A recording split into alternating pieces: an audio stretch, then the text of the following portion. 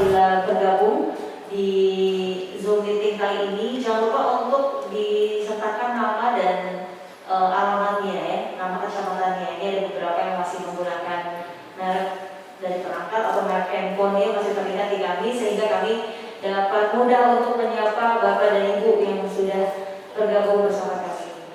Saya mau sapa terlebih dahulu, ini sudah hadir Bapak Ahmad Fatoni dari Jam Sostek. Terima kasih Bapak sudah bergabung dan menyimak kegiatan diskusi belum menyapa. Nanti kita juga akan bersama-sama menyapa warga Kabupaten Bekasi yang bergabung pada pagi hari ini. Saya akan mengetes terlebih dahulu audio dari Pak Ahmad Fatoni dari Jam Sostek.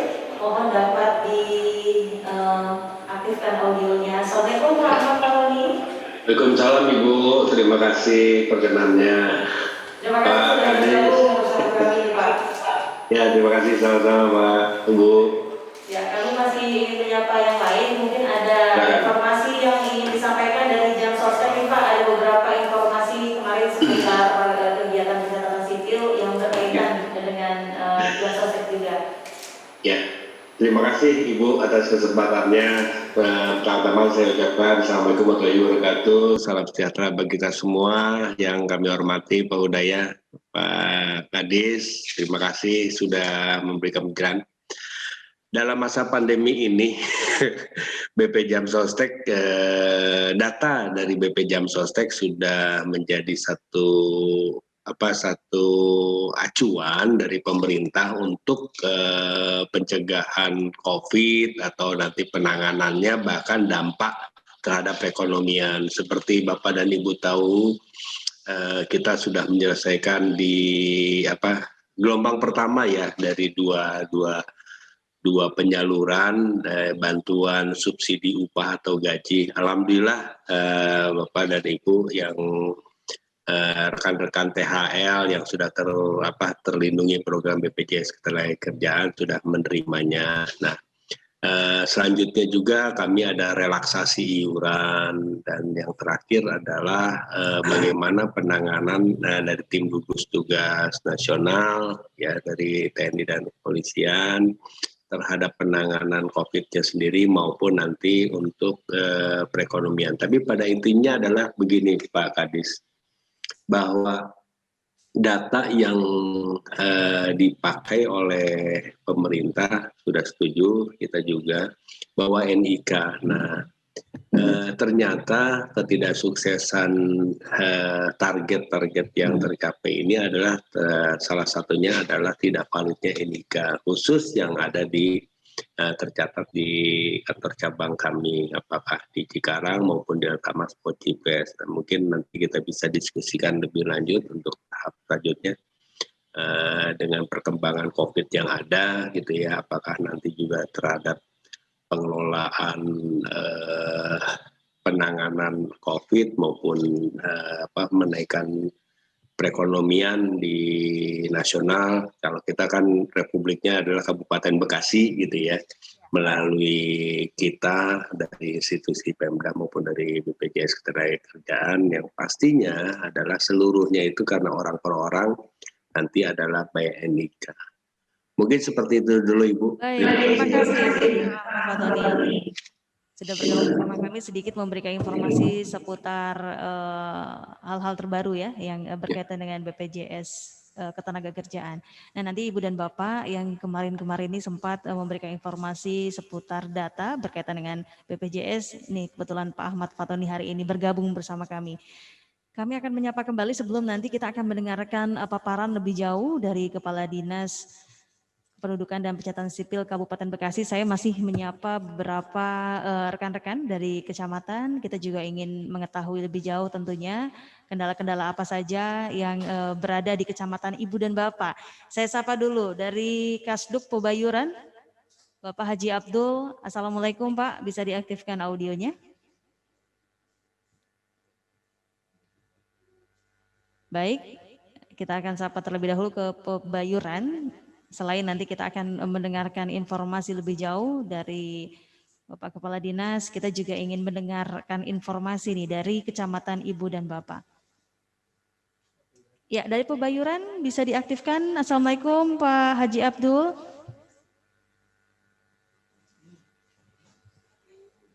Masih belum terdengar Pak di tempat kami. Audionya bisa diaktifkan. Sambil kami memberi informasi, Bapak Ibu yang ikut bergabung, silahkan namanya bisa dirubah dengan nama Ibu dan Bapak karena masih ada beberapa yang menggunakan nama handphone di tempat kami. Lalu mohon untuk dapat mencari posisi yang baik karena Ibu dan Bapak terlihat jelas di tempat kami. Silahkan bisa mengambil posisi di tempat yang sedikit terang. Sekdis Provinsi Jawa Barat. Dan kami juga kembali tergabung dengan Sekdisduk Capil Provinsi Jawa Barat, Ibu Indri, yang kembali hadir di tengah-tengah kami. Kita sapa terlebih dahulu ya pagi hari ini. Assalamualaikum Bu Indri. Waalaikumsalam warahmatullahi wabarakatuh. Hatur nuhun. Terima kasih Bu Indri, selalu setia nih Bu Indri bersama Disduk Capil Menyapa Kabupaten Bekasi. Siap. Ada kabar apa Bu dari provinsi? Mungkin bisa dibagikan kepada rekan-rekan yang ada di Kabupaten Bekasi yang hari ini menyimak. Ya. Silakan. Ya, kabarnya sejauh ini memang pagi sebentar ya Bu, saya ini ada tamu. Kabarnya adalah tadi pagi mendengar beberapa informasi dari beberapa kabupaten kota yang masih kesulitan pada saat masyarakat dokumen admin-duknya untuk konsolidasi datanya ini masih agak error. Sementara itu yang mungkin hari ini akan kita konfirmasi dan koordinasi ke pusat, dan saya juga akan koordinasi juga dengan beberapa kabupaten kota apakah memang sama gitu bahwa ada kesulitan konsolidasi data. Mudah-mudahan bisa salah satu menjadi bahasan oleh suhu daya, karena memang beberapa hari ini terjadi error ya, dikarenakan kalau informasi dari pusat itu memang untuk TTE itu volumenya satu hari sangat banyak sekali sehingga memang agak terjadi keterlambatan. Tapi alhamdulillah beberapa hari ini sudah lancar kembali, itu mudah-mudahan seterusnya lancar sehingga pelayanan terhadap masyarakat untuk membahagiakan masyarakat ini juga diberi kelancaran. Itu saja barangkali Ibu. Terima kasih Ibu, terima kasih sudah bergabung bersama kami dan memberikan informasi terhangat dari Provinsi Jawa Barat. Terima kasih juga untuk seluruh rekan-rekan yang sepertinya sudah mulai banyak yang bergabung. Saya juga menyapa rekan-rekan di Instagram Pemkab Bekasi yang bergabung melalui live pada pagi hari ini. Nanti kita akan juga membaca pertanyaan dari seluruh warga Kabupaten Bekasi yang bergabung dan juga di Wibawa Mukti TV ya. Terima kasih sudah bergabung rekan-rekan yang mendengarkan melalui YouTube channel Wibawa Mukti TV. Dan Ibu dan Bapak, kita akan mulai saja sepertinya Pak Kadis. Kita akan mulai Disduk Capil Menyapa episode ketiga.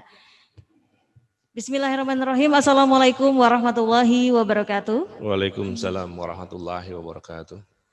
Selamat pagi, salam sejahtera untuk kita semua. Tentunya hari ini senang sekali rasanya saya Ita Puspita dapat kembali hadir menyapa Ibu dan Bapak dalam program Disduk Capil Menyapa episode ketiga.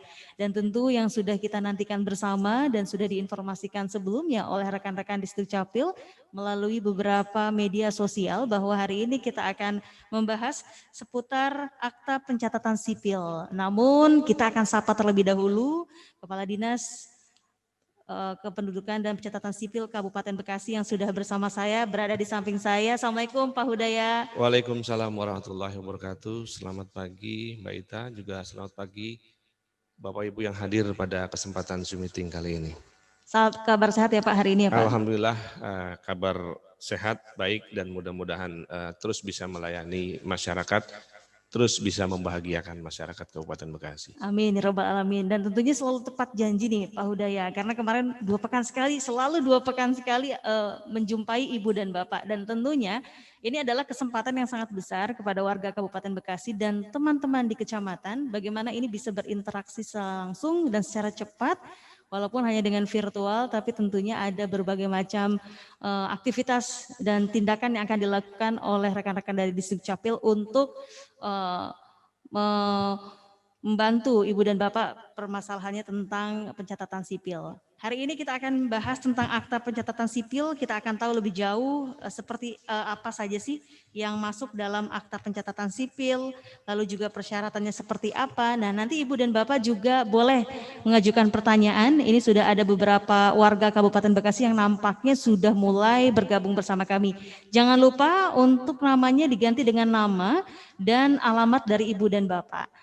Baik, hari ini kita akan membahas tentang akta pencatatan sipil. Pak Hudaya akan menjelaskan lebih jauh terlebih dahulu. Nanti Ibu dan Bapak silahkan menyimak apa saja yang termasuk dengan dokumen pencatatan sipil, dan barangkali nanti yang punya pertanyaan nanti akan kami bacakan. Silakan Pak Hudaya. Baik, terima kasih Mbak Ita. Saya ulangi barangkali. Bismillahirrahmanirrahim. Assalamualaikum warahmatullahi wabarakatuh. Yang terhormat Bapak Ibu, seluruh peserta kegiatan Disduk Capil Bekasi menyapa masyarakat episode ketiga ini dengan tema Akta Pencatatan Sipil. Puji syukur marilah kita panjatkan kehadirat Allah Subhanahu wa taala karena berkat rahmat dan karunia-Nya kita dapat mengikuti acara ini di tengah-tengah situasi pandemi COVID-19 yang tentunya sudah sangat rindu sekali kita ingin bisa bertatap muka, bersilaturahim secara langsung, tetapi situasi masih belum memungkinkan sehingga kegiatan-kegiatan pertemuan yang biasanya kita lakukan tatap muka, sekarang kita lakukan secara virtual seperti ini. Yang pertama saya menyampaikan terima kasih kepada Bapak Ibu yang sudah menyempatkan waktu untuk hadir dalam acara kami. Selamat pagi Pak Ahmad Fatoni, terima kasih atas kehadirannya. Sampurasun buat Bu Indri, terima kasih setia mengikuti dan memonitor acara Dukcapil menyapa masyarakat Kabupaten Bekasi, dan bagi Bapak Ibu yang baru pertama kali mengikuti acara ini mungkin saya perlu jelaskan sekali lagi bahwa kami di Disdukcapil Kabupaten Bekasi memiliki program Disdukcapil menyapa masyarakat. Ini insya Allah rutin kita laksanakan selama 2 minggu sekali. Setiap 2 minggu sekali kami rutin menyelenggarakan acara ini yang tujuannya utamanya adalah untuk menjalin silaturahim dengan seluruh masyarakat Kabupaten Bekasi, lebih khusus bagi masyarakat yang saat ini sedang melakukan pengurusan dokumen Adminduk. Apabila ada kesulitan, apabila ada yang ingin ditanyakan, mungkin ini menjadi media yang tepat untuk kita saling bertukar pikiran, saling mencari solusi terhadap permasalahan Adminduk yang Bapak Ibu hadapi sekalian. Dan saya sebelumnya menyampaikan permohonan maaf yang sebesar-besarnya kepada seluruh warga masyarakat Kabupaten Bekasi. Tadi secara sepintas telah disampaikan oleh Ibu Sekretaris Dinas Kependudukan dan Pencatatan Sipil Provinsi Jawa Barat bahwa beberapa hari belakangan ini sedang terjadi kendala dalam konsolidasi data, kemudian juga di Kabupaten Bekasi juga kami sedang ada gangguan sistem juga, sehingga pelayanan kami di Disdukcapil sejak hari Senin kemarin itu sementara kita cuma menampung permohonan, jadi belum ada yang bisa diproses, tetapi layanan tetap kami terima. Di pelayanan WA tetap kami terima, dan untuk pelayanan online dari hari Senin sampai dengan hari ini sementara masih belum kami buka kembali karena kami sedang membangun keamanan IT-nya. Jadi sengaja kita tidak katakan aktifkan dulu sebelum betul-betul aman secara sistem, sehingga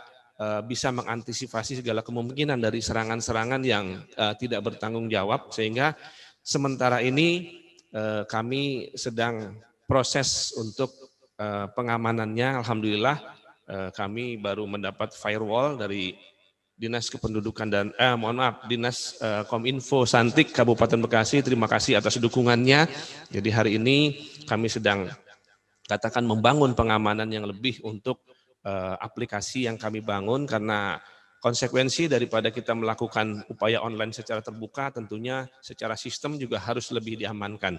Dan kami tidak mau mengambil risiko dengan sangat menyesal sejak hari Senin untuk layanan online, sementara kami hentikan dulu sementara. Insya Allah mudah-mudahan 1-2 hari ini proses pengamanan pemasangan firewall dan lain-lainnya selesai. Ini fasilitasi dari Diskom Info Santik Kabupaten Bekasi.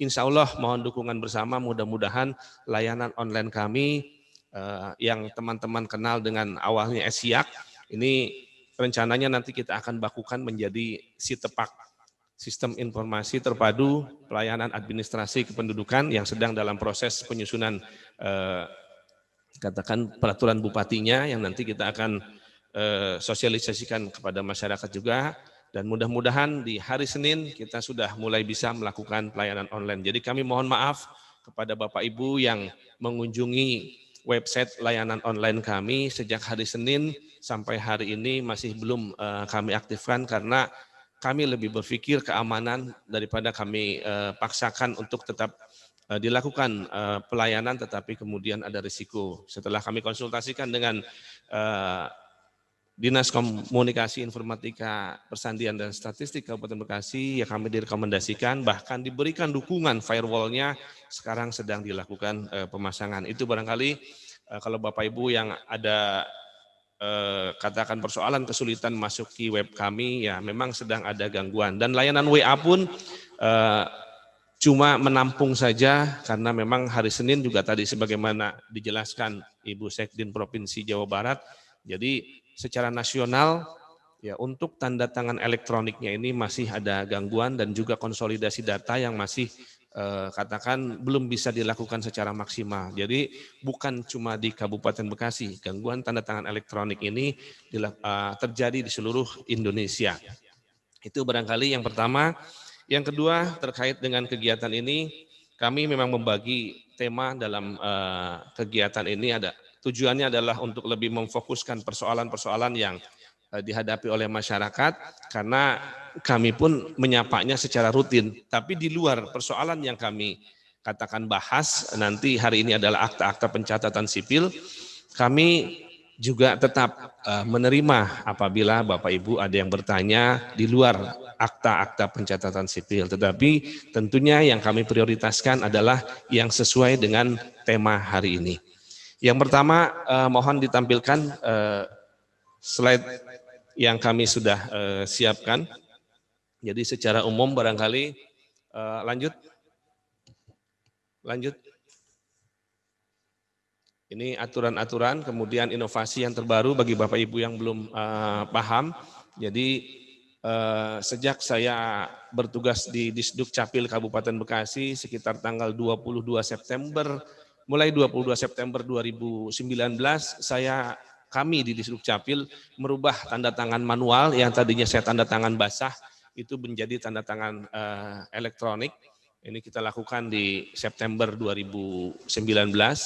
Kemudian juga kami sudah melakukan pendaftaran WA yang sebetulnya sudah ada sebelum saya menjadi Kepala Dinas di Dukcapil, tetapi saya lebih aktifkan lagi pada saat saya menjadi Kepala Dinas Dukcapil, bahkan ternyata sangat sejalan dengan situasi pandemi COVID-19 karena kita harus menjaga jarak tetapi layanan tetap berjalan.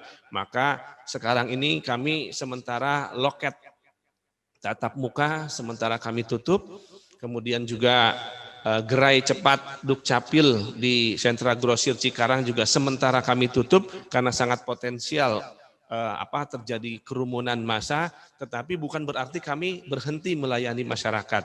Jadi bukan ditutupnya loket-loket kami, bukan berarti kami berhenti melayani masyarakat, tetapi pelayanannya dialihkan sesuai arahan Pak Dirjen, dialihkan untuk melalui online dan melalui WA.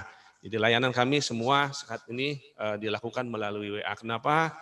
Ya kami sudah antisipasi, kami sudah lakukan katakan protokol kesehatan saja, itu ya tetap ada risiko karena ya alhamdulillah hari ini sudah sehat kembali semua. Staf kami sudah 4 yang pernah mengalami positif COVID-19, ya tentunya juga salah satunya karena kita banyak berinteraksi dengan masyarakat, berkas-berkas pun tidak menutup kemungkinan terjadi atau menjadi media penularan COVID-19 itu. Kemudian inovasi yang ketiga ini juga berlaku seluruh Indonesia yang nasional mulai 1 Juli tahun 2020 seluruh dokumen kependudukan itu berubah dari kertas security printing menjadi kertas HVS putih A4 80 gram kecuali KTP elektronik dan kartu identitas anak.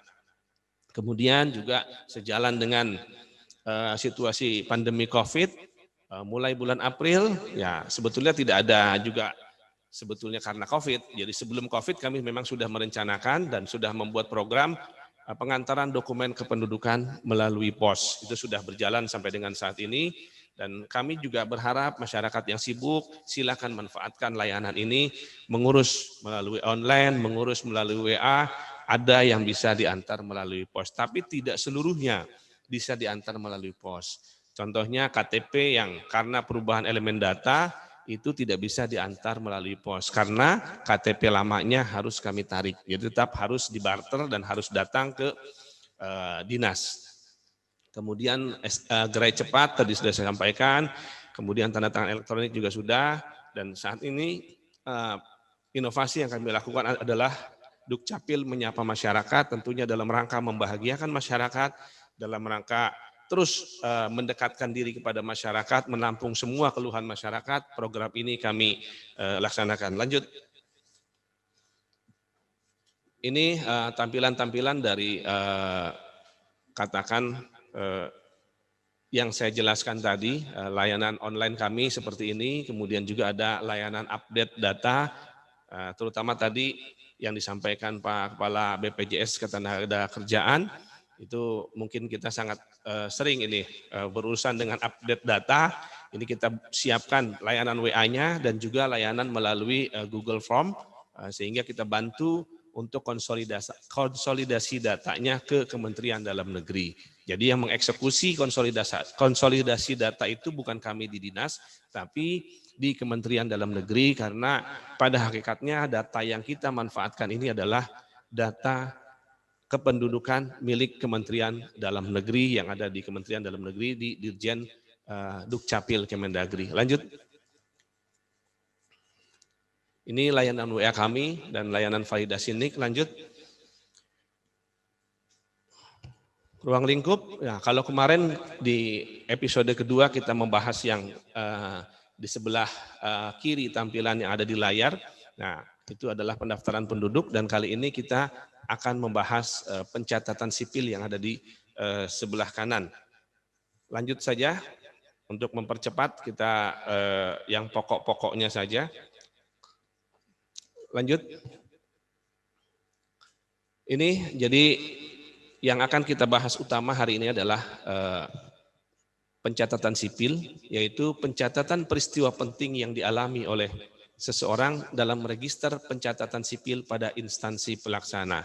Jadi inti pokoknya ada pencatatan, ada peristiwa penting, ada seseorang atau penduduk, kemudian ada register pencatatan sipil dan dilakukan oleh instansi pelaksana. Lanjut, output daripada pencatatan kelahiran misalnya sebelum, oh iya bentar ini, pencatatan kelahiran.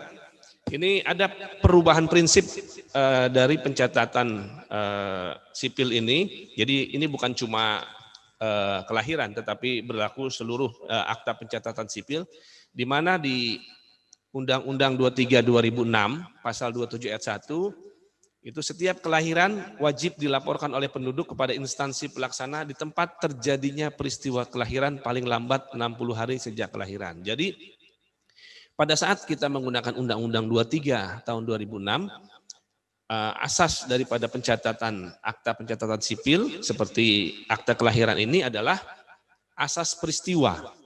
Maksudnya di mana peristiwa itu terjadi, maka disitulah akta pencatatan sipil diterbitkan. Misalnya saya tinggal di Kota Bekasi, kemudian anak saya misalnya dilahirkan di Kota Bandung karena neneknya di Bandung.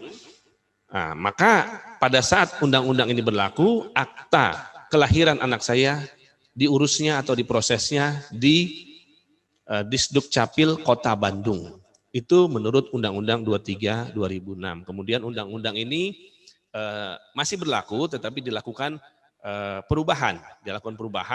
Jadi tidak dihapus seluruhnya tapi dilakukan beberapa pasal perubahan dengan Undang-Undang 24 tahun 2013. Pasal 27 ayat 1 menjadi berbunyi, setiap kelahiran wajib dilaporkan oleh penduduk kepada instansi pelaksana setempat paling lambat 60 hari sejak kelahiran. Nah, yang tadinya dilaporkan di tempat peristiwa kelahiran berubah menjadi dilaporkan kepada instansi pelaksana setempat, artinya domisili, sesuai domisili yang tertera pada kartu keluarga atau KTP elektronik. Itu poin penting perubahan yang dilakukan oleh Undang-Undang 23 menjadi Undang-Undang 24 2013. Lanjut.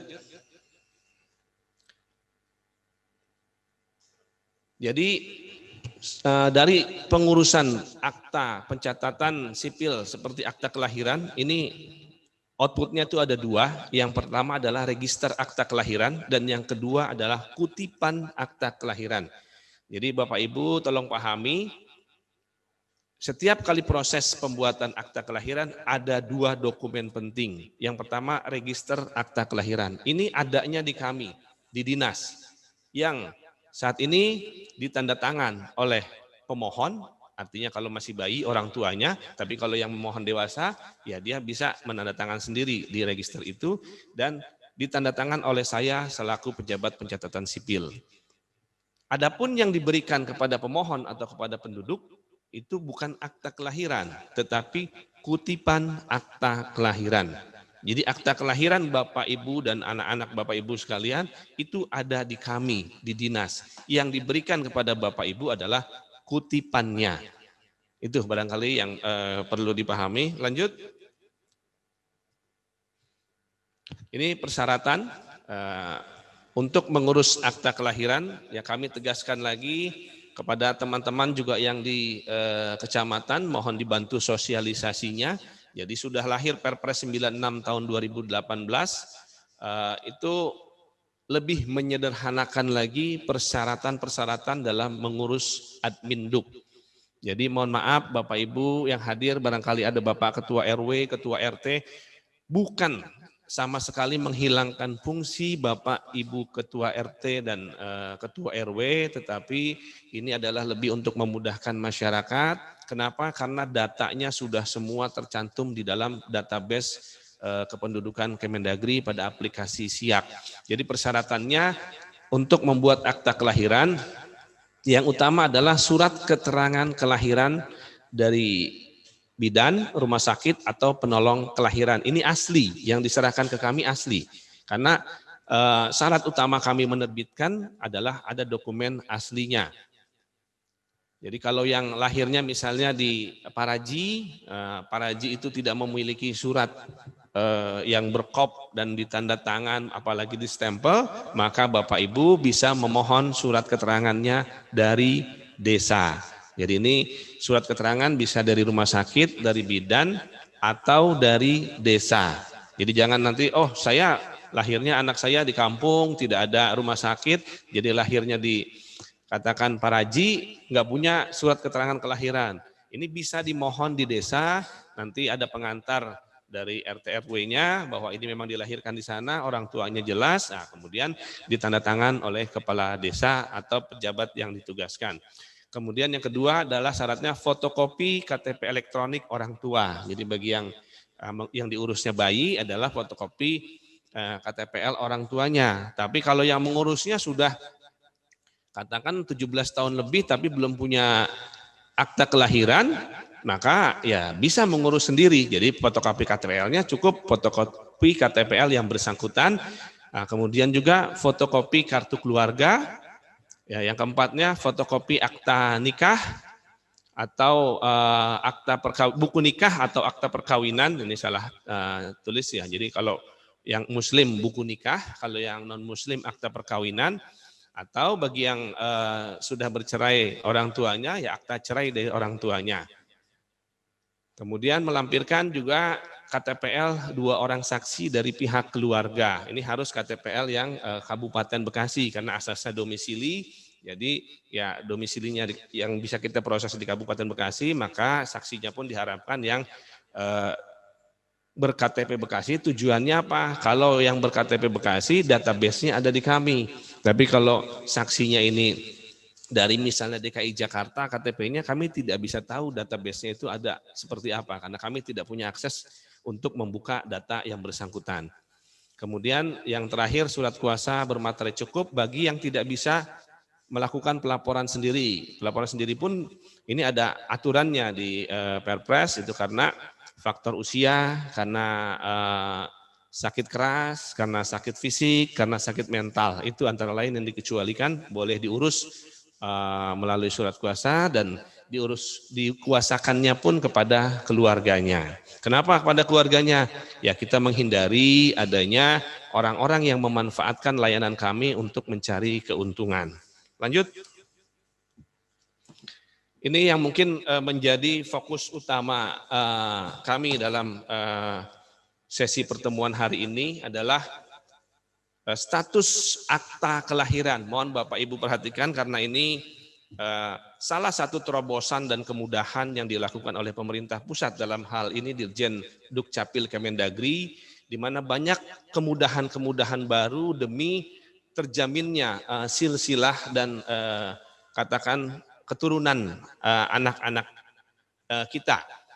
Kalau di ketentuan yang lama itu apabila orang tua tidak bisa menunjukkan buku nikah atau akta perkawinannya, maka akta kelahirannya cuma bisa dicantumkan nama ibunya. Misalnya ada yang menikah siri, kemudian mengurus akta kelahiran karena nikah siri tidak ada buku nikah, maka sesuai ketentuan yang lama itu cuma bisa dicantumkan anak seorang ibu. Jadi nama bapaknya tidak dicantumkan. Tentunya ini menjadi bahan pemikiran bagi para pejabat pengambil kebijakan di tingkat pusat.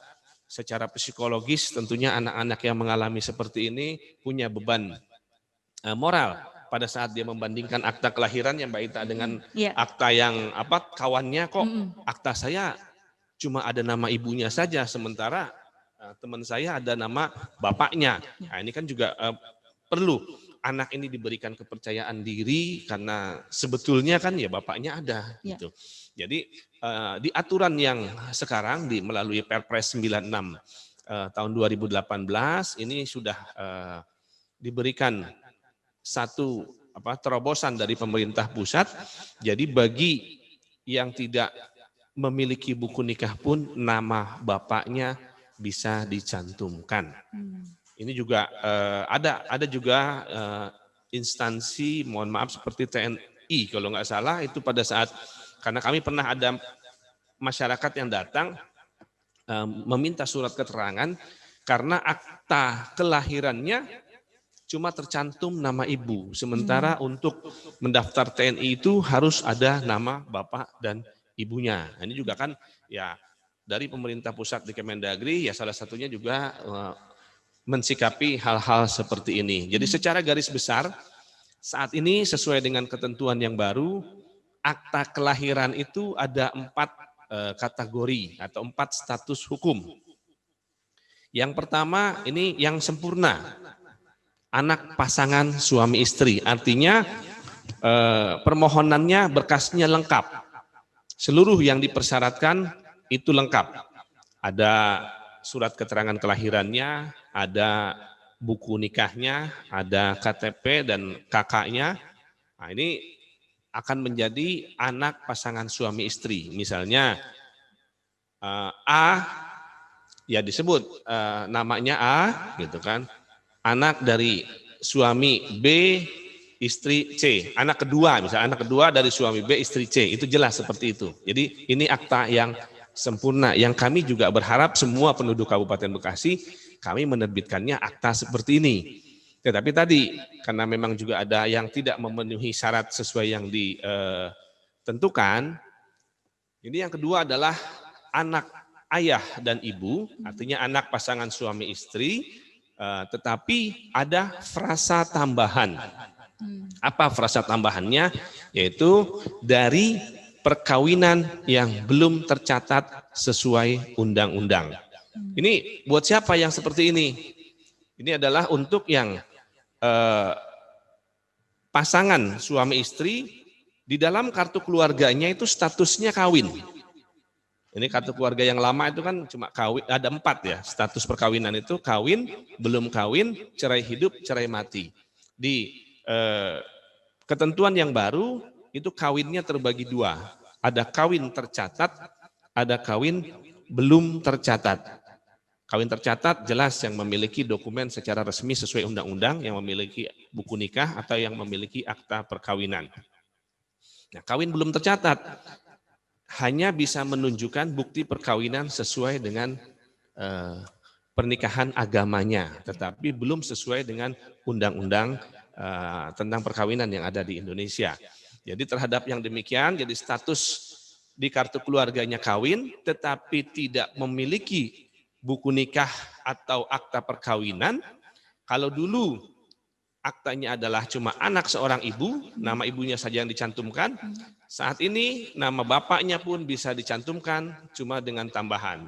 Jadi anak, suami dan istri ditambah frasa yang perkawinannya belum tercatat sesuai undang-undang. Tetapi buat anak jelas ini ada katakan satu kepercayaan diri, jadi sekalipun dia anak dari hasil perkawinan siri, bapaknya dicantumkan di dalam kartu keluarga. Jadi pada saat dia bandingkan aktanya dengan temannya ya sama, ada nama bapak dan ada nama ibunya.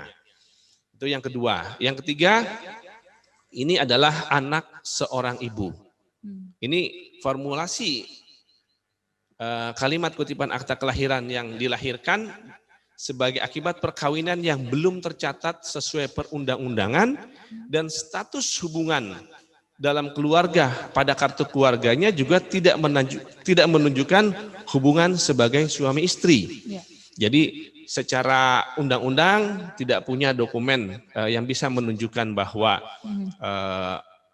katakan suami istri ini menikah, secara agama pun tidak bisa menunjukkan dokumen pernikahannya, di kartu keluarganya pun tidak tercantum bahwa ini adalah pasangan suami istri. Mohon maaf, ini saya contohkan sekedar untuk gambaran saja, misalnya ya ada korban perkosaan kemudian melahirkan anak, ya tentu kan tidak ada bukti apapun tentang perkawinannya, maka dia menjadi anak seorang ibu. Kita sangat tidak berharap menerbitkan akta kelahiran seperti ini, tetapi ya kami juga tidak mungkin kalau memang tidak memenuhi syarat kami cantumkan nama bapak dan ibunya. Jadi kalau sepanjang dia tidak bisa menunjukkan status perkawinannya itu adalah suami istri di dalam kartu keluarga, artinya dia berada dalam satu kartu keluarga dan suami istri, itu kita tidak bisa cantumkan nama bapaknya. Karena memang kami juga tidak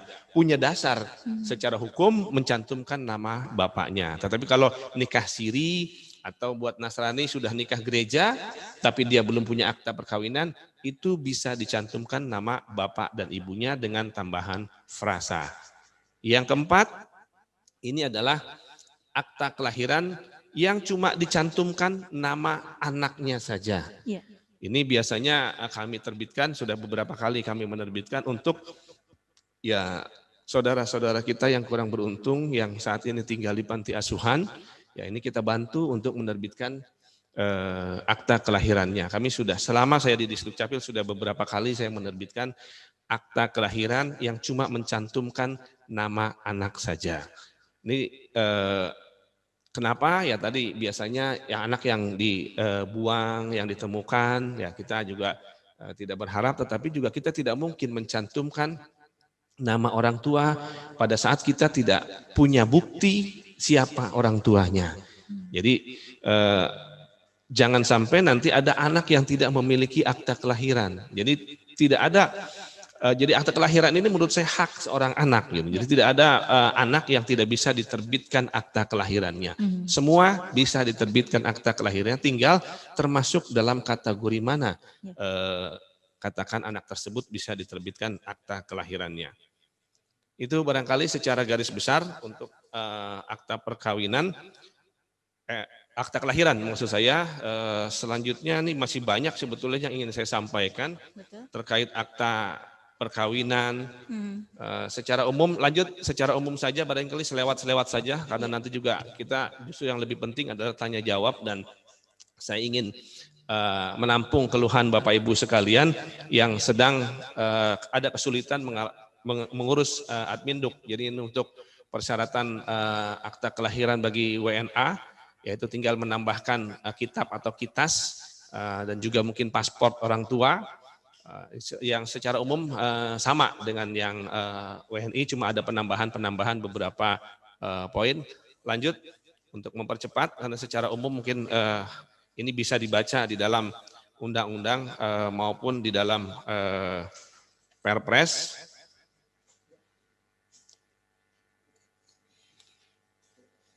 Akta perkawinan juga ini sama, ada penambahan juga untuk yang TNI Polri, harus ada izin dari kesatuan, dari komandannya.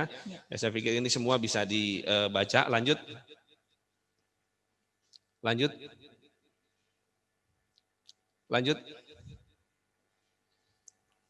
Masih terus. Untuk mempercepat, karena ini semua persyaratan-persyaratan yang semua hampir sama dan bisa dibaca. Lanjut. Nah, ini barangkali yang perlu kami tekankan kepada Bapak Ibu sekalian juga, kita menerbitkan akta pengangkatan anak. Jadi pengangkatan anak merupakan perbuatan hukum untuk mengalihkan hak anak dari lingkungan kekuasaan keluarga orang tua, wali yang sah atau orang tua lain yang bertanggung jawab atas perawatan, pendidikan, dan membesarkan anak tersebut ke dalam lingkungan keluarga orang tua angkatnya berdasarkan putusan atau penetapan pengadilan. Jadi ini mutlak dibutuhkan penetapan pengadilan. Jadi Bapak Ibu yang mau mengangkat anak, ya silakan diproses melalui pengadilan dulu. Setelah ada penetapan pengadilan, maka kami akan menerbitkan akta pengangkatan anaknya. Lanjut slide berikut yang lebih penting kami jelaskan. Lanjut lagi. Ya, ini beberapa hal pentingnya. Jadi pada saat Bapak Ibu ada yang ingin mengangkat anak, jadi agar dibuatkan dulu akta kelahiran atas nama orang tua kandungnya. Jadi bukan berarti kalau kita menerbitkan akta pengangkatan anak, ini silsilah atau sejarah atau riwayat keturunannya itu kemudian diganti. Ya tidak. Jadi secara silsilah ya tetap nama orang tua kandungnya itu tetap diterbitkan akta kelahiran atas nama orang tua kandung. Kemudian nama ibu dan ayah angkatnya itu tidak boleh diterbitkan menjadi orang tua kandung. Jadi tidak boleh mengganti silsilah, tetapi justru setelah terbit nama kedua orang tua kandungnya, kita menambahkan catatan pinggir mengenai perubahan status terjadinya peristiwa penting, yaitu status pengangkatan anak berdasarkan putusan pengadilan yang telah ditetapkan oleh pengadilan. Ya, atas dasar putusan pengadilan itulah kami mencantumkan orang tua angkatnya. Jadi bukan berarti ada beberapa masyarakat yang pemahamannya keliru pada saat mengangkat anak, berharap dengan diterbitkannya akta kelahiran, akta pengangkatan anak itu nama orang tuanya berubah. Jadi tidak seperti itu, karena kami juga tidak boleh merubah silsilah atau keturunan.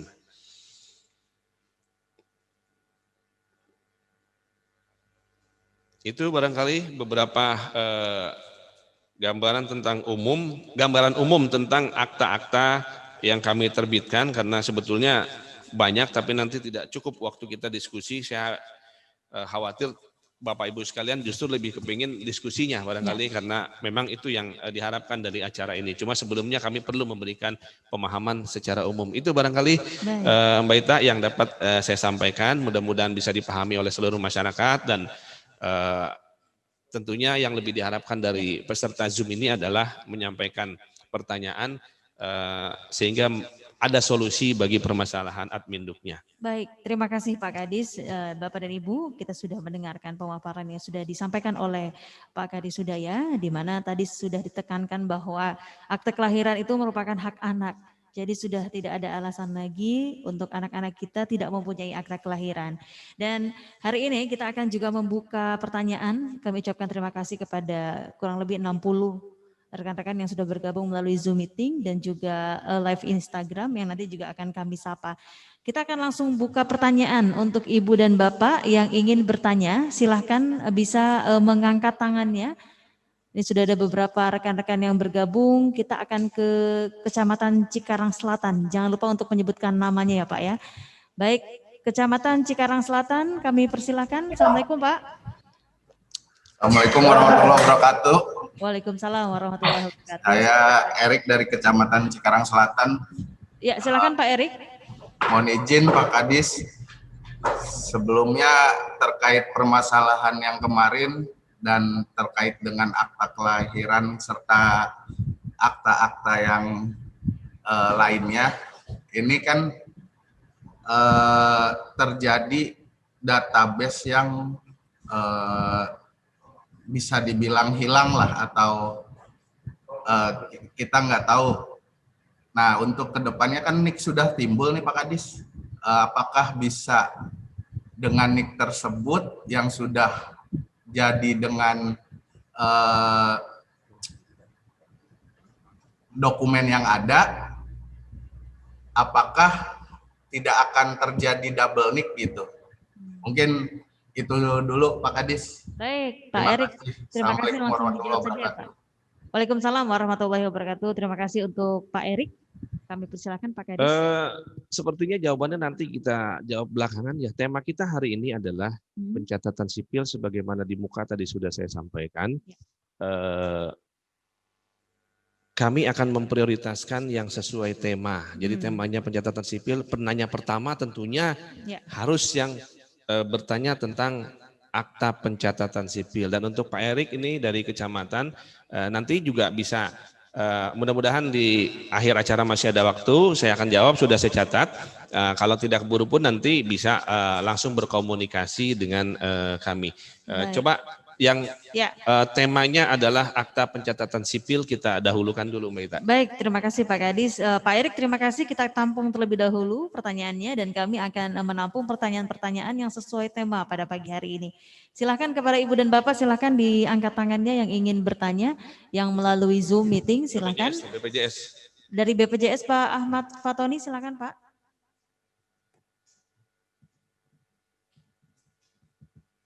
Iya. Kita ke BPJS terlebih dahulu untuk diaktifkan audionya. Kami persilakan untuk mengaktifkan audio. Baik, silakan Pak Ahmad Fatoni. Terima kasih Bu Sekdin, Pak Kadis. Gini, di manfaat BPJS Ketenagakerjaan itu adalah apabila tenaga kerja meninggal dunia atau meninggal biasa setelah kepesertaan minimum 3 tahun, salah 2 anaknya mendapatkan beasiswa dari pendidikan dasar sampai dengan strata 1. Nah, ini memang secara ininya kita akan berikan pola sana, tapi implementasinya memang belum karena kita masih terkendala terhadap bisnis proses dari peraturan menteri ya. Tetapi ada beberapa hal yang kemarin Pak Kadis saya temui ini karena kami juga harus mempersiapkan data bahwa anak tersebut itu karena hasil pernikahan siri. Nah, ini aktenya belum dibuat gitu karena memang belum usia sekolah nih ya, jadi kita kan harus menunggu sampai dengan usia sekolah, dalam hal ini PAUD atau taman kanak-kanak ya gitu ya, jadi bukan SD sekarang bahasa usia sekolahnya. Nah, bisa bisa diurus oleh orang tuanya untuk pembuatan akta gitu karena kan tadi 60 hari ya gitu loh. Nah, ternyata dia bertanya ke kami gitu, bisa nggak kita karena ini sudah berapa ya, usia 2 tahunan gitu ya, bisa diurus nggak ini kalau memang peraturannya kan 60 hari gitu. Mungkin seperti itu. Terima kasih Pak Kadis. Assalamualaikum warahmatullahi wabarakatuh. Pak Ahmad Fatoni. Waalaikumsalam warahmatullahi wabarakatuh. Terima kasih Pak Ahmad Fatoni, Kepala BPJS Ketenagakerjaan atas pertanyaan yang bagus ya menurut saya, karena ini yang pertama sesuai tema, kedua sesuai dengan bidang kerja Pak Ahmad Fatoni. Jadi dapat kami jelaskan bahwa pelaporan kelahiran 60 hari itu untuk saat ini ya sudah tidak ada dendanya juga. Jadi kalau dulu pada saat berlaku asas peristiwa, maka kelahiran itu dilaporkan 60 hari di tempat peristiwa penting terjadi. Misalnya tadi saya contohkan anak saya lahir di Bandung, maka kelahiran sebelum 60 hari dilaporkan di Bandung. Tetapi pada saat sudah lewat 60 hari bukan berarti tidak bisa diurus. Pun setelah ada perubahan undang-undang yang baru, itu setelah 60 hari pun tetap bisa diurus. Saat ini memang tadi kami sudah melakukan layanan online. Ya, untuk membagi supaya tidak terjadi penumpukan, kami kebijakan kami karena layanan online ini banyak kemudahan. Jadi kalau layanan online itu di Permendagri 109 tahun 2019 halaman 75.18 itu pelaporan kelahiran online itu register akta kelahirannya tidak perlu ditandatangan. Artinya pemohon tidak perlu datang ke kami, cukup diurus lewat online, persyaratan diupload melalui aplikasi. Nah, setelah diproses oleh operator, disampaikan kepada Kabid untuk diverifikasi. Setelah Kabid memverifikasi, by system berkas itu akan naik ke saya untuk saya tanda tangan secara elektronik.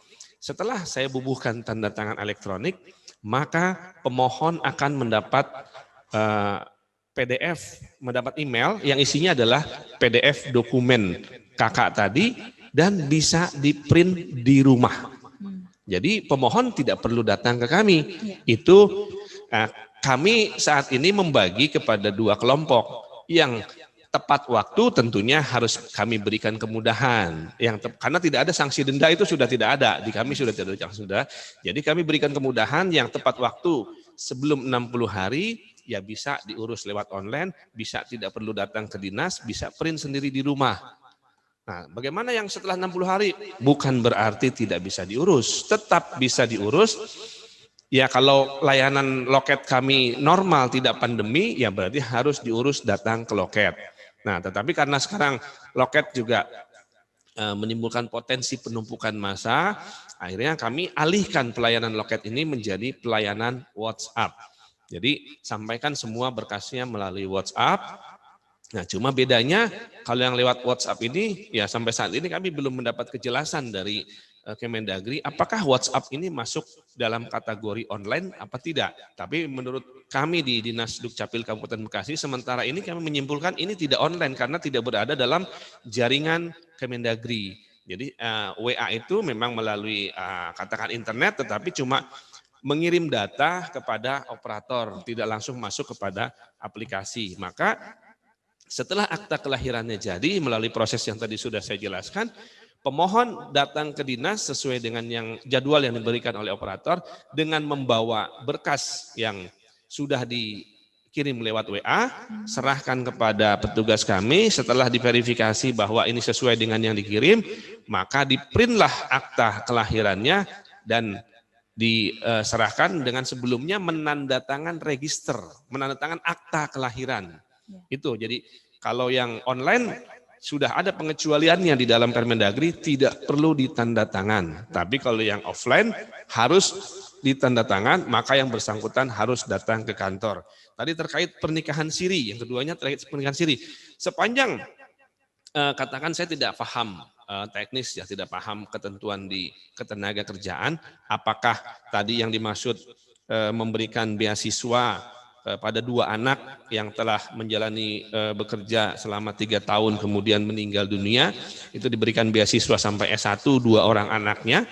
Ini apakah di ketentuannya itu mengakomodir pernikahan siri atau cuma yang pernikahan bisa dibuktikan sesuai undang-undang? Nah, itu saya tidak tahu persis, tapi kalau memang pernikahan siri juga diakomodir, kami bisa terbitkan akta kelahirannya sebagaimana tadi yang sudah saya jelaskan. Maka kalau dia nikah siri, nanti menjadi anak suami dan istri ditambah frasa dari perkawinannya yang belum tercatat sesuai undang-undang. Jadi tetap bisa diterbitkan akta kelahirannya sekalipun sudah lewat dari 60 hari. Jadi tidak ada penduduk yang tidak bisa diterbitkan akta kelahirannya. Bahkan ada penduduk yang begitu mau pensiun dari bekerja, dibutuhkan akta kelahiran, bikin akta kelahirannya untuk mengurus pensiun, tetap kami terbitkan sepanjang memenuhi persyaratan. Itu barangkali Pak Ahmad Fatoni penjelasan yang dapat kami sampaikan. Baik, terima kasih Pak Kadis. Mudah-mudahan jawabannya sudah jelas ya Pak Ahmad Fatoni. Kita ke WhatsApp dulu nih Pak, ada beberapa warga Kabupaten Bekasi yang punya pertanyaan, tidak menyebutkan nama dari 9961 sekian-sekian. Saya warga dari Desa Mangunjaya mau bertanya apa saja persyaratan untuk pengurusan akte buku nikah umat yang beragama Katolik, dan bila persyaratannya telah terpenuhi disampaikan kemana nih Pak Kadis? Ada pertanyaan satu lagi Pak, saya mau bikin akte kelahiran, saya mau bertanya perbedaan persyaratannya apa saja untuk bayi usia di bawah 2 bulan dan di atas 2 bulan untuk membuat akte lahir, apakah ada perbedaannya atau tidak? Kita jawab untuk pengurusan akte buku nikah umat yang beragama Katolik Pak Kadis. Jadi secara garis besar kami sampaikan bahwa akta perkawinan yang kami urus adalah akta perkawinan non-muslim. Jadi seluruh penduduk yang beragama selain muslim, itu akta perkawinannya dicatatkan di Dinas Kependudukan dan Pencatatan Sipil. Kalau yang muslim, ya pada saat terjadi pernikahan itu sekaligus dicatatkan oleh petugas KUA dari Kementerian Agama. Persyaratannya apa saja? Ya, itu tadi sudah saya jelaskan untuk persyaratan akta perkawinan. Yang utama adalah bukti telah terjadinya peristiwa pernikahan atau perkawinan itu yang dilakukan biasanya oleh pemuka agama. Itu yang pertama. Yang kedua adalah KTP elektronik. Karena sekarang kita menganut asas domisili, maka yang bisa kami terbitkan akta perkawinannya adalah hanya untuk penduduk Kabupaten Bekasi yang tinggal di Kabupaten Bekasi memiliki KK dan memiliki KTP elektronik. Jadi tadi bukti pernikahan dari agama, kemudian fotokopi KK, KTPL, calon mempelai, kemudian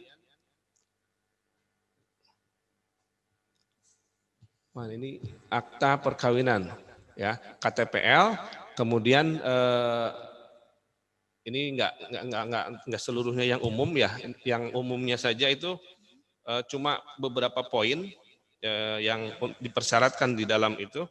Jadi surat keterangan perkawinan, kemudian pas foto berwarna suami dan istri, kemudian kartu keluarga, dan KTPL itu secara umum. Bagi yang misalnya dia pernah menikah, misalnya duda, maka dia wajib mencantumkan bukti perceraiannya.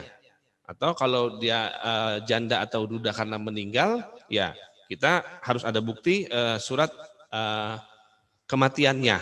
Itu secara umum itu saja persyaratannya. Kemudian di mana diurusnya?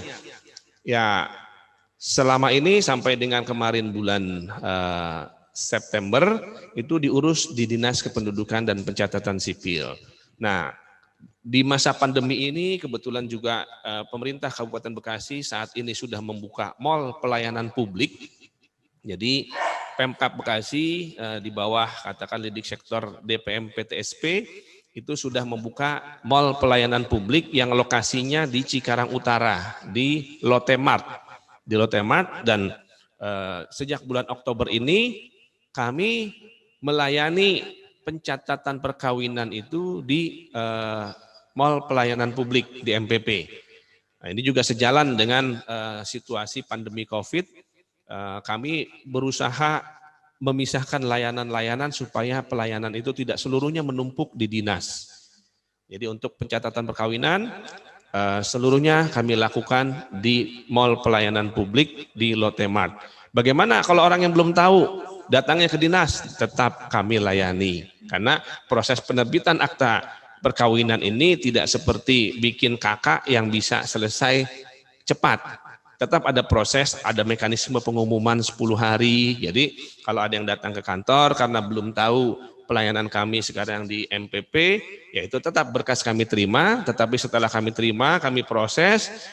Proses selanjutnya itu dilakukan di Mall Pelayanan Publik. Mudah-mudahan ya seiring berjalannya sosialisasi yang kami lakukan, seluruh masyarakat Kabupaten Bekasi sudah paham nanti bahwa setiap pengurusan akta perkawinan kami lakukan di Mall Pelayanan Publik, sehingga tidak terjadi penumpukan pemohon di dinas. Kami bagi-bagi, dan saya pikir kalau ke Lotemat ini masyarakat lebih mudah karena di sana di jalur jalan negara angkotnya pun mudah.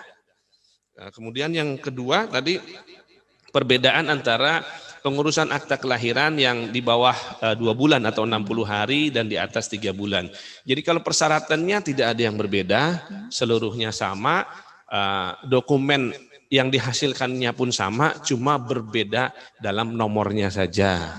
Jadi kalau yang kelahirannya di bawah 60 hari itu kodenya adalah LU atau lahir umum gitu mungkin ya. Kemudian kalau yang lebih dari 60 hari itu kodenya LT.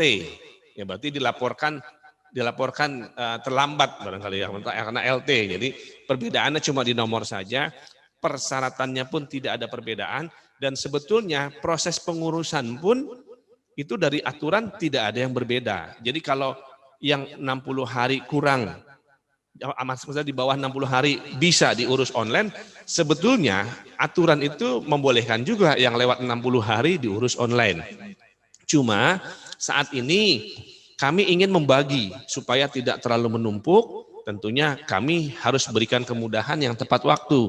Jadi yang tepat waktu bisa diurus online sehingga tidak perlu datang ke dinas, bisa print sendiri aktanya di rumah, sementara yang lewat 60 hari itu harus melalui WA, dan kalau situasi normal ya harus datang ke loket sehingga harus menandatangan register. Tentunya kami harus berikan kelebihan kepada yang lapor tepat waktu.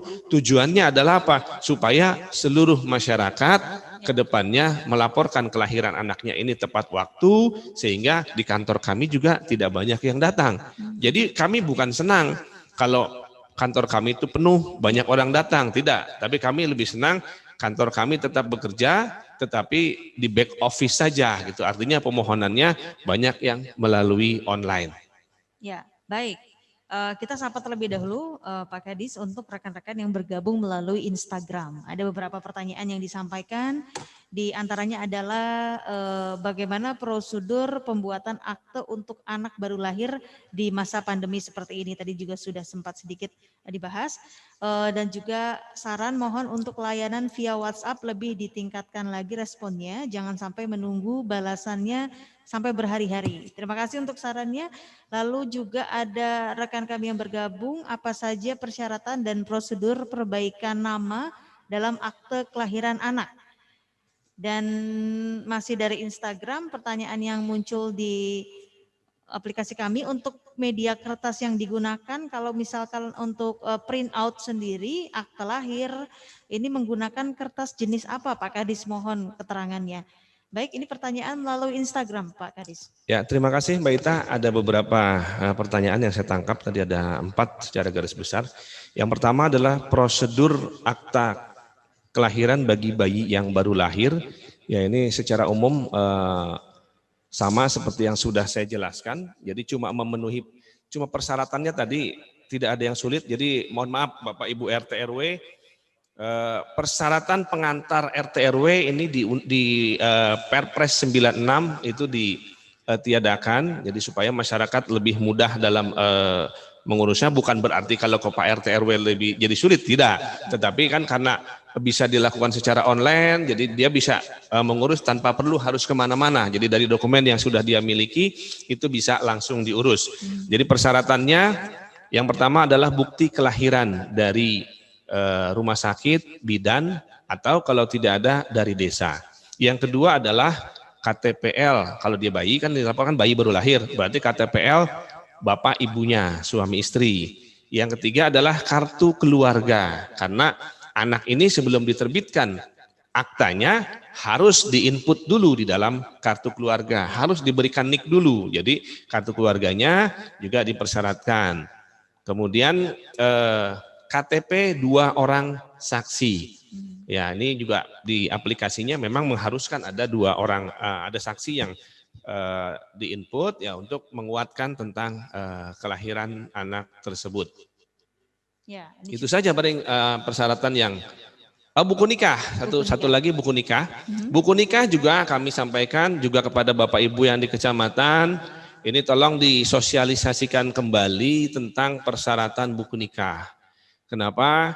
Karena di Perda 9 tahun 2016 tentang penyelenggaraan Adminduk yang saat ini sedang dalam proses revisi, tinggal menunggu diundangkan dalam lembaran daerah, itu ada perbedaan persyaratan antara di Perda 9 2016 dengan Permendagri 96 tahun 2018. Karena adanya perbedaan ini, jadi Perda kami lahir tahun 2016, kemudian Perpres keluar tahun 2018.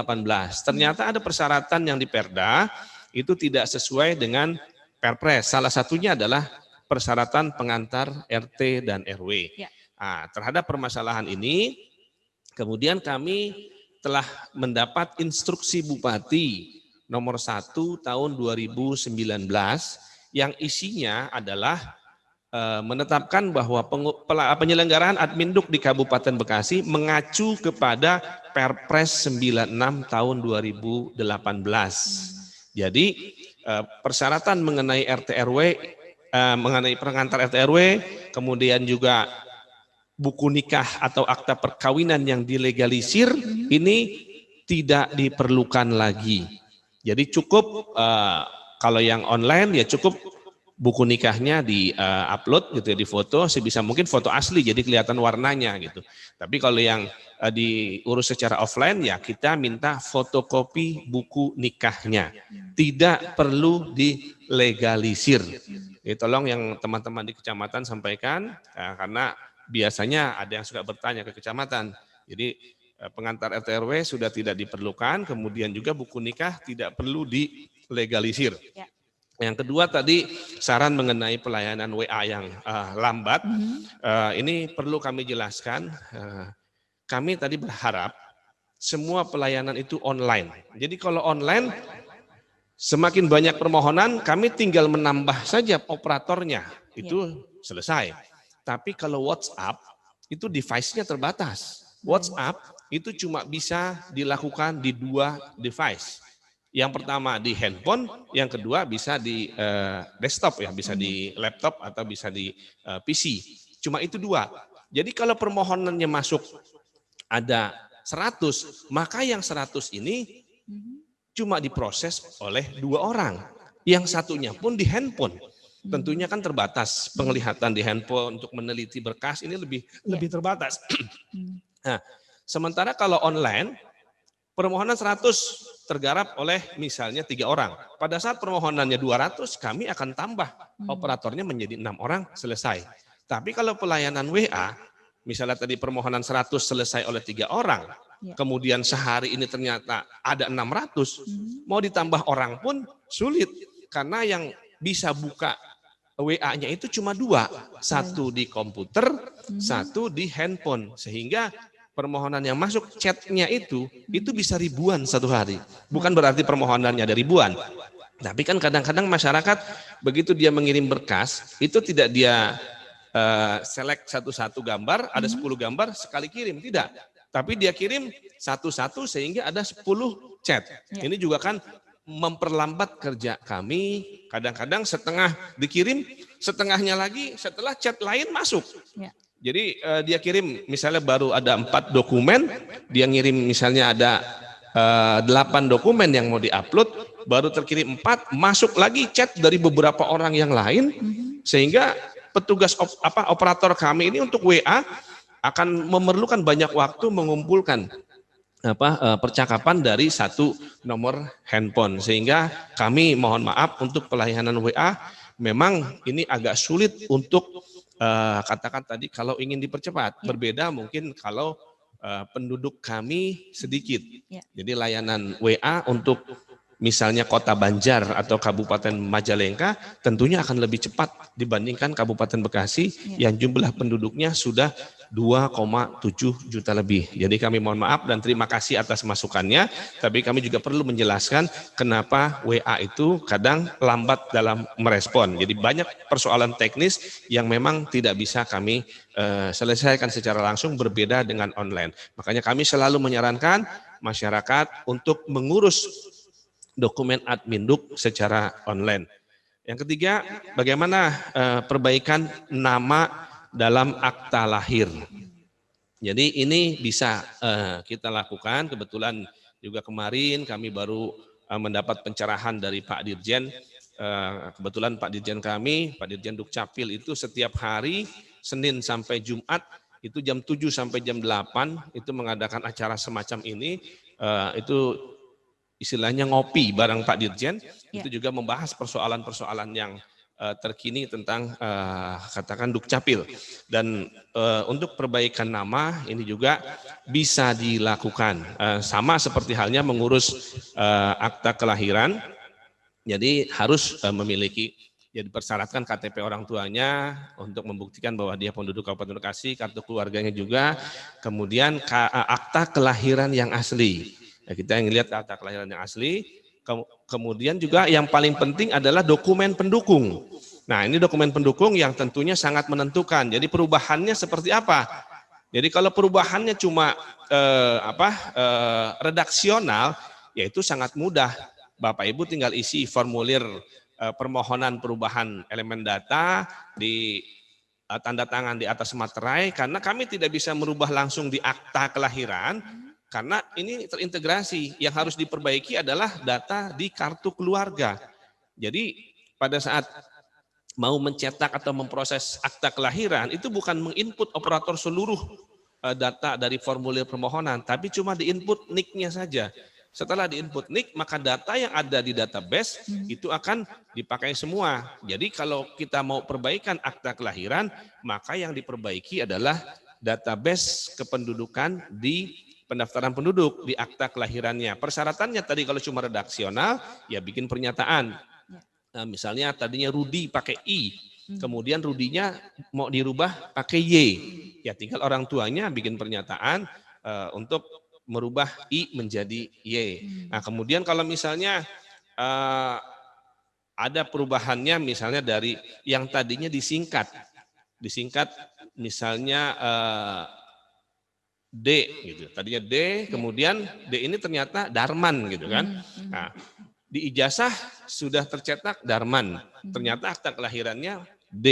Mau diperbaiki. Ya tinggal tadi mohon perbaikan, kemudian mengisi permohonan dan di atas materai ditanda tangan, ya dilampiri ijazahnya. Jadi ijazah itu juga bisa menjadi bukti pendukung, tetapi tentunya kita juga melihat dulu duduk persoalannya, jangan sampai ijazah yang lebih terbit belakangan gitu, karena ya sebisa mungkin ijazahnya yang lebih terbit lebih dulu daripada dokumen yang kita terbitkan. Ya. Itu barangkali secara umum untuk perbaikan akta kelahiran, jadi bisa dilakukan. Tetapi kalau misalnya perubahannya sangat prinsip, misalnya mohon maaf dari Rudi menjadi Ramdan misalnya gitu kan, sama-sama R, tapi ini kan merubah makna.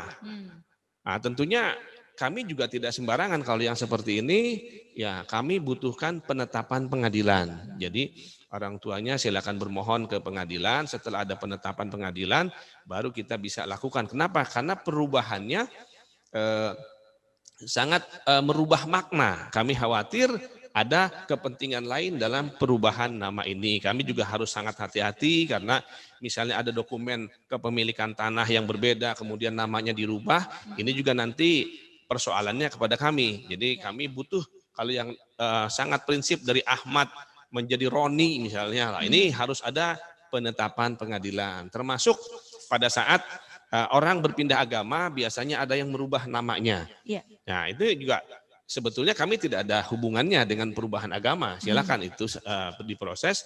Nah, kami bicara di perubahan namanya, karena pasti perubahan namanya bagi penduduk yang berpindah agama biasanya prinsip, pasti merubah makna. Maka kami butuhkan penetapan pengadilan. Itu yang ketiga. Kemudian pertanyaan keempat, media cetak.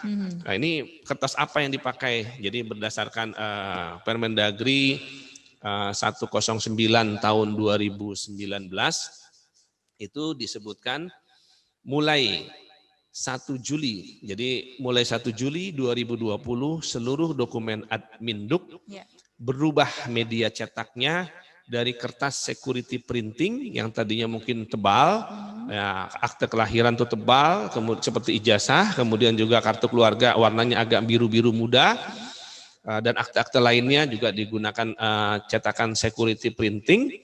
Mulai 1 Juli 2020 seluruh dokumen Adminduk berubah menjadi kertas HVS putih A4 80 gram. Nah, 80 gram berat dong kalau 80 gram, emas 80 gram itu bisa apa, jadi gelang, jadi kalung yang gede ya, 80 gram. Jadi satuan 80 gram ini takutnya Bapak Ibu ada yang iseng. Kan kurang lebih kertasnya seperti ini besarnya. Begitu ditimbang di timbangan emas gitu. Kok nggak ada 80 gram gitu. Ini kenapa? Jadi 80 gram itu satuan per meter persegi. Jadi itu istilah dari sananya seperti itu, dan setahu saya 80 gram itu per 1 meter persegi. Jadi tinggal cari saja kertas HVS putih A4 80 gram. Saya pikir ini sudah umum di tempat-tempat fotokopi, di toko buku semua ada. Jadi tujuan daripada perubahan media cetak ini adalah untuk kemudahan masyarakat. Jadi jangan berpikiran, oh jadi kurang berwibawa, jadi kurang aman seperti fotokopian. Tidak, justru ini lebih aman karena semua tersimpan dalam database yang diamankan dalam bentuk tanda tangan elektronik yang berupa barcode. Yang ini bisa dibaca. Barcode ini dengan menggunakan aplikasi di Android ataupun di iOS, yang gratisan juga ada, itu bisa membaca tanda tangan elektronik, nanti akan terlihat di situ. Kalau kartu keluarga bisa terbaca kartu keluarga itu aktif atau tidak, kepala keluarganya siapa, kemudian diterbitkan kapan, yang menandatangan siapa. Itu barangkali Mbak Ita, Ya, baik. pertanyaan yang dari Instagram ada 4, mudah-mudahan semua bisa dipahami penjelasannya. Baik, terima kasih Pak Kadis. Ini pertanyaan melalui Instagram. Terima kasih. Beberapa teman-teman Instagram yang mau bergabung melalui kamera, nanti kita coba ya. Untuk rekan-rekan yang bergabung di Instagram melalui kamera, nanti boleh Mbak Sinta dikondisikan untuk rekan yang akan bergabung. Baik, lalu ada beberapa pertanyaan yang cukup banyak. Ini dari mana? WA chat apa gimana? WA? Dari Zoom chat. Baik, ini yang sudah bergabung. Jadi tidak semua menampilkan kameranya Pak Kadis. Ya. Ada yang tidak menampilkan kamera sehingga tidak terlihat di layar dan hanya mengirimkan pertanyaan melalui Zoom chat saja. Ada rekan Yenita di Cikarang Utara, apakah sudah bisa print kartu keluarga dan akte kelahiran online? Bagaimana caranya? Bagaimana solusi untuk NIK yang belum terdaftar di kartu keluarga online? Terima kasih untuk rekan Yenita. Lalu ada Multi Nanang sebagai Ketua RT 02 RW 07. Di Perumahan Cikarang Baru ya. Terima kasih. Pertanyaannya adalah ada warga saya yang telah meninggal tahun 2017, lalu tetapi akte kematiannya telah diurus istrinya sampai bulan Maret 2020 belum selesai. Mulai bulan April 2020 warga saya tersebut pindah pulang kampung ke Solo berhubung kesulitan mencari nafkah di Cikarang. Bagaimana mengetahui akte kematian sudah selesai dan bisakah akte kematian tersebut diterima secara elektronik dalam format PDF? Terima kasih. Mengenai nama dan NIK dari warga yang meninggal dan istrinya ada pada Pak Nanang ya, terima kasih. Ada rekan Misan Saputra di Desa Cibatu, pertanyaannya jika ada warga yang mengajukan akte kelahiran dan di persyaratan ada fotokopi buku nikah, haruskah dilegalisir? Terima kasih untuk pertanyaannya melalui Zoom chat langsung dijawab oleh Pak Kadis. Ya, terima kasih Bu Yenita. Yang pertama, apakah sudah bisa print kartu keluarga dan akte kelahiran online? Bagaimana caranya? Sudah. Jadi sejak bulan Juli kami sudah membuka layanan online di disdukcapil.bekasikap.go.id. Yang memang hari ini, kalau Ibu coba hari ini mungkin belum bisa karena kami sedang menutup sementara karena rekomendasi dari Diskominfo untuk memasang dulu pengamanan secara IT-nya karena ini sudah terbuka lewat online, harus aman sehingga data itu tidak bisa diretas oleh orang yang tidak bertanggung jawab. Jadi kami minggu ini sedang dalam proses katakan membangun atau mendevelop pengamanan bagi server kami. Insya Allah mulai Senin bisa diakses kembali di bekasikap.go.id. Jadi silakan diajukan melalui katakan layanan online itu nanti persyaratannya apa saja ada, dan ini untuk yang memang mengurus setelah tanda tangan elektronik ya, yang setelah kami buka layanan online itu bisa diajukan cetak sendiri. Tapi kalau yang memang kakaknya masih kakak lama, ya kalau hilang ya itu masih harus dimohon ulang. Jadi seluruh layanan kami sudah bisa online. Nah, kemudian juga bagi beberapa permohonan itu ada yang lebih mudah lagi. Contohnya misalnya KTP yang hilang, ini di luar konteks, cuma sekaligus ada yang bertanya, kalau KTP yang hilang itu bisa dimohon lewat online, bahkan tidak perlu datang ke kami, tinggal mengajukan cetak ulang KTP, lampirkan bukti kehilangan dari kepolisian, kemudian pilih pengantarannya lewat kantor pos, Bapak Ibu diam di rumah, tunggu di rumah, KTP datang sendiri diantar oleh Bapak Pos. Jadi nggak usah datang, nggak usah bayar, KTP diterima di rumah. Kemudian kedua, bagaimana solusinya untuk NIK yang belum terdaftar di kartu keluarga online. Ini maksudnya mungkin NIK-nya sudah ada, tetapi pada saat digunakan untuk mengurus online, kalau tidak salah saya tangkap nih, ini bagaimana solusi untuk NIK yang belum terdaftar di kartu keluarga online. Mungkin sudah ada NIK-nya, tapi pada saat dipakai mengurus ke perbankan, ke BPJS itu belum online mungkin. Betul. Itu silakan diajukan ke layanan WhatsApp kami atau juga ke layanan Google Form kami. Kami menyiapkan layanan Google Form, ada linknya. Yang ada kesulitan itu bisa minta ke pelayanan pengaduan di Disdukcapil di nomor WA yang ada di flyer atau pengumuman kegiatan ini, itu bisa disampaikan di situ, nanti diberikan linknya, juga diberikan nomor WA untuk mengupdate NIK. Yang kemudian ada warga yang telah meninggal dunia tahun 2017, tetapi akta kematian sudah diurus dari 2017 sampai bulan Maret. Ini saya nggak tahu ngurusnya nggak disebut ya. Meninggal dunia tahun 2017. Ya.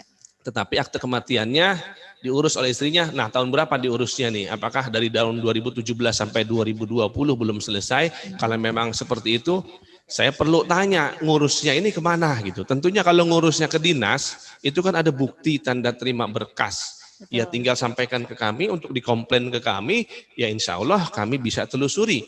Tetapi kalau misalnya ngurusnya melalui orang, bukan langsung ke loket kami dan tidak ada tanda terimanya, ya kami tidak bisa bertanggung jawab karena kami tidak tahu diurusnya kemana. Karena seringkali kami mendapat pengaduan seperti ini, ada yang 3 bulan lebih ngurus akta kelahiran nggak selesai-selesai, begitu kita tanya mana tanda terimanya, pada saat mengurus mana nomor antriannya, itu tidak ada semua.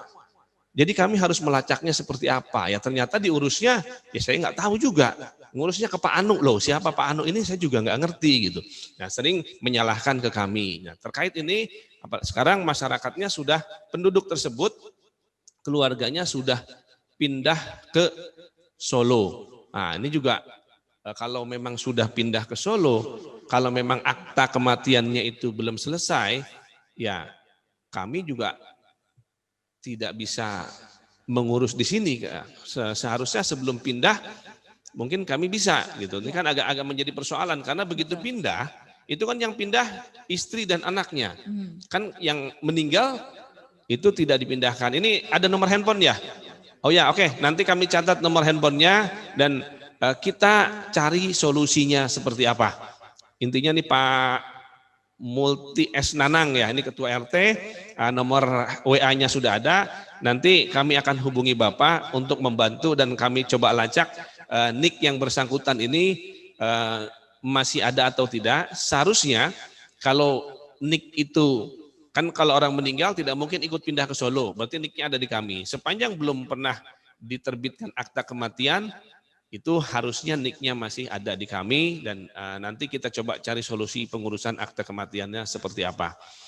Udah ada nomor HP-nya, insya Allah nanti kami hubungi. Yang terakhir saya Misan Saputra, Desa Cibatu. Jika ada warga yang mengajukan akte kelahiran dan persyaratan ada fotokopi buku nikah. Nah ini persyaratan yang banyak tersosialisasi ke masyarakat. Ini kan persyaratan yang brosur atau pengumuman yang kami buat lama. Ini banyak tersebar di masyarakat. Di situ masih tercantum fotokopi buku nikah yang dilegalisir. Ini setelah ada ketentuan baru, tentunya ini legalisirnya gugur dengan sendirinya. Kalau fotokopi buku nikahnya tetap dipersyaratkan, tetapi tidak perlu dilegalisir. Tapi udah dijawab katanya, alhamdulillah. Tapi udah dijawab, tapi masih ditulis juga. Ya saya menegaskan kembali, tidak perlu dilegalisir, sekalipun dalam pengumuman kami ada tulisan dilegalisir. Ya, baik. Kita ke rekan-rekan di Zoom terlebih dahulu sebelum nanti barangkali ada rekan-rekan di Instagram yang mau gabung untuk komunikasi dua arah bersama kami. Silahkan nanti di-invite saja untuk kameranya. Nanti ada rekan-rekan operator kami yang membantu Bapak dan Ibu yang bergabung melalui di live Instagram. Yang di Zoom silahkan pertanyaannya bisa disampaikan, diangkat tangannya Pak, Ibu yang mau bertanya. Silahkan, ada Ibu Selvia Indriani. Dari mana nih Ibu Selvia Indriani? Silahkan. Silakan diaktifkan Ibu Selvia.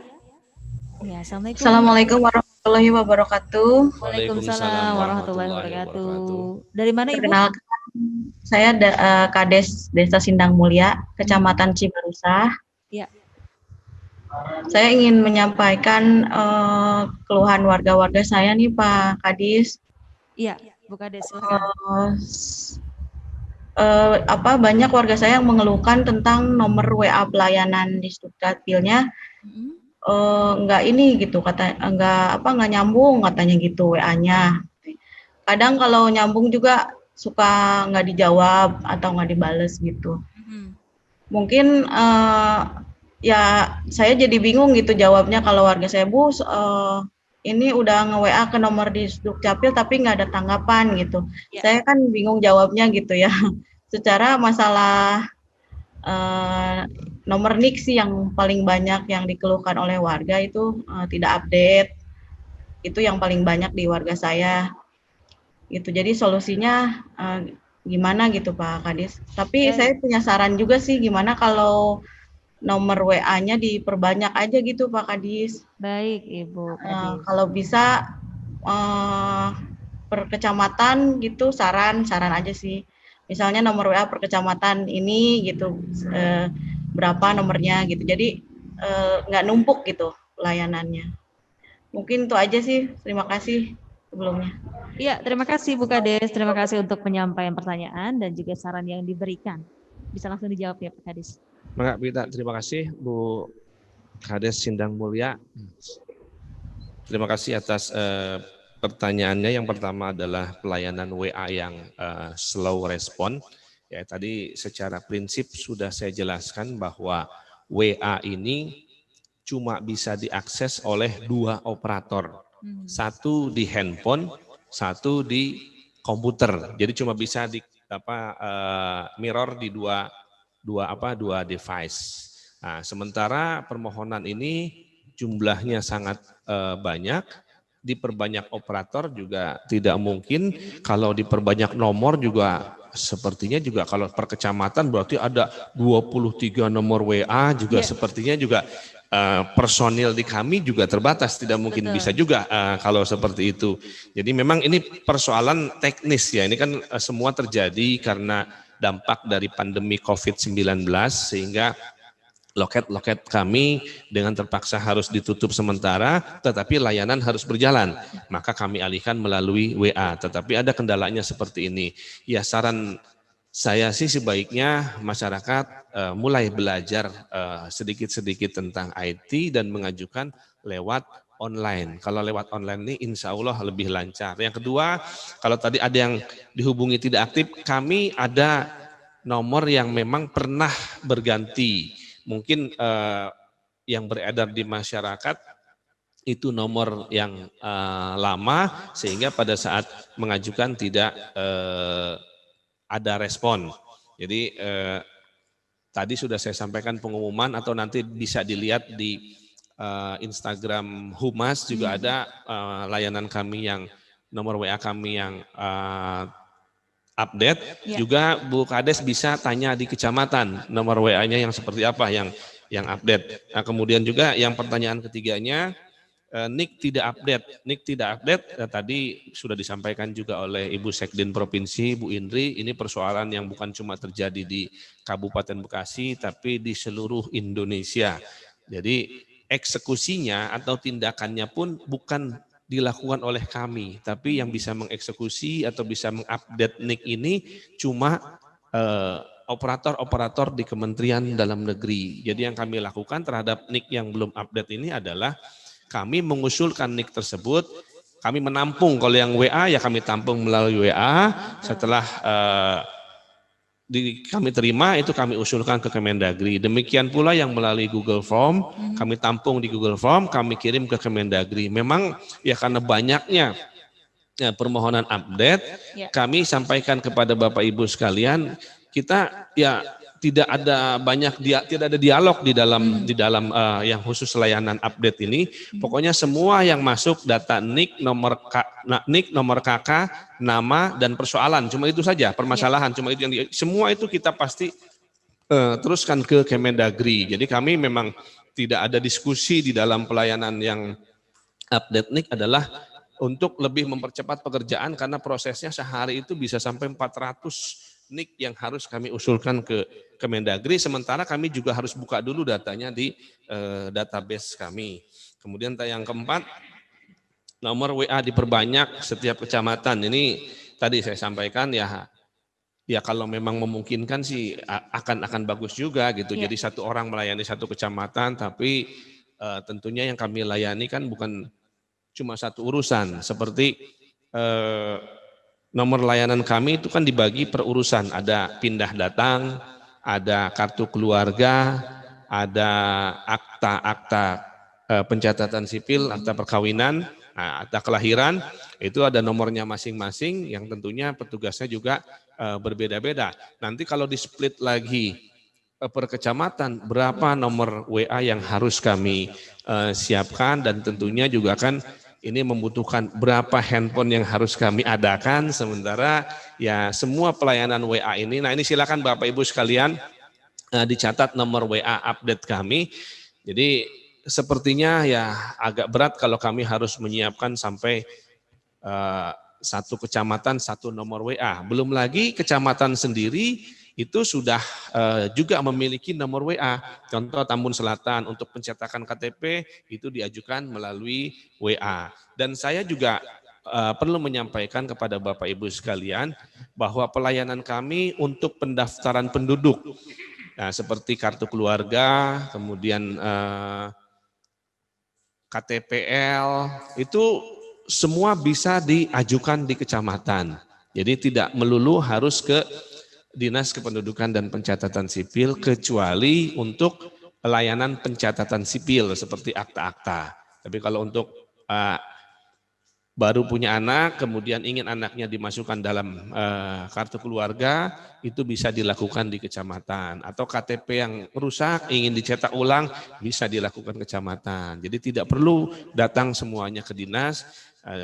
Pelayanan-pelayanan yang kami lakukan di kecamatan ini tujuannya adalah untuk mendistribusi layanan, memecah penumpukan, sehingga layanan di dinas tidak terlalu menumpuk. Nah, untuk yang di dinas, idealnya kami hanya melayani pindah datang dari luar Kabupaten Bekasi, dan proses permohonan pencatatan sipil, juga proses katakan cek fisik bagi masyarakat yang datanya duplikat dan lain sebagainya. Nah, selebihnya itu bisa dilakukan di kecamatan, dan seperti belangko KTPL juga itu semua tersedia di kecamatan. Alhamdulillah dari mulai bulan April sampai saat ini kami pastikan sampai akhir tahun nanti Belangko KTP elektronik itu tersedia cukup di seluruh kecamatan. Ya, baik. Kita akan tersambung kembali dari Pak Rido Nur Fadli nih yang sudah mengangkat tangannya dari tadi. Silakan Pak Rido, bisa diinformasikan dari mana nih Pak Rido? Selamat pagi, Assalamualaikum warahmatullahi wabarakatuh. Waalaikumsalam warahmatullahi wabarakatuh. Saya Rido dari BPJS Kesehatan. Dari BPJS Kesehatan ya Pak ya. Terima kasih banyak sudah bergabung Pak Rido Nur Fadli. Bu. Pertama-tama kami sampaikan kepada Pak Kadis, terima kasih atas dukungan dan selama ini khususnya bagi updating data kepesertaan di BPJS Kesehatan. Izin Pak Kadis ingin menyampaikan sedikit terkait dengan update informasi data bayi baru lahir. Khususnya kan tema kita hari ini adalah tentang akta pencatatan sipil. Sepertinya rasanya pas saya sampaikan ada beberapa hal yang ingin saya sampaikan khususnya kepada Bapak Ibu di kecamatan dan di desa bagi warga-warga yang belum mempunyai ataupun mengupdate data NIK khususnya bagi bayi baru lahir. Nah, di data kami Bapak Kadis saya ingin sampaikan bahwa di wilayah Kabupaten Bekasi masih ada 14.500 data bayi baru lahir yang belum diupdate datanya. Jadi istilahnya dia masih mempunyai nama bayi nyonya dari ibu siapa. Nah, kami harapkan dukungan juga dari Bapak Kadis dan jajaran di desa untuk menginformasikan kepada warga khususnya yang belum melakukan updating data. Karena kalau kita lihat dari paparan Pak Kadis bahwa Dukcapil sudah memberikan layanan-layanan online yang memudahkan masyarakat untuk melakukan updating data. Kami juga ingin menyampaikan Pak Kadis, jangan sampai nanti karena dari rekomendasi BPKP dan KPK bahwa untuk data-data NIK yang bayi baru lahir ini sementara nanti di bulan Desember akan dinonaktifkan sementara hasil rekomendasi dari BPKP. Karena apa? Karena emang data kita harus valid berdasarkan data NIK. Jadi kami melaksanakan rekomendasi dari BPKP bahwa per 1 Desember nanti data-data yang bayi baru lahir ini yang belum melakukan updating data akan kami nonaktifkan sementara. Mungkin itu Pak Kadis dapat kami sampaikan. Terima kasih. Baik, terima kasih bergabung bersama kami Pak Rido dari BPJS Kesehatan. Silakan Pak Kadis.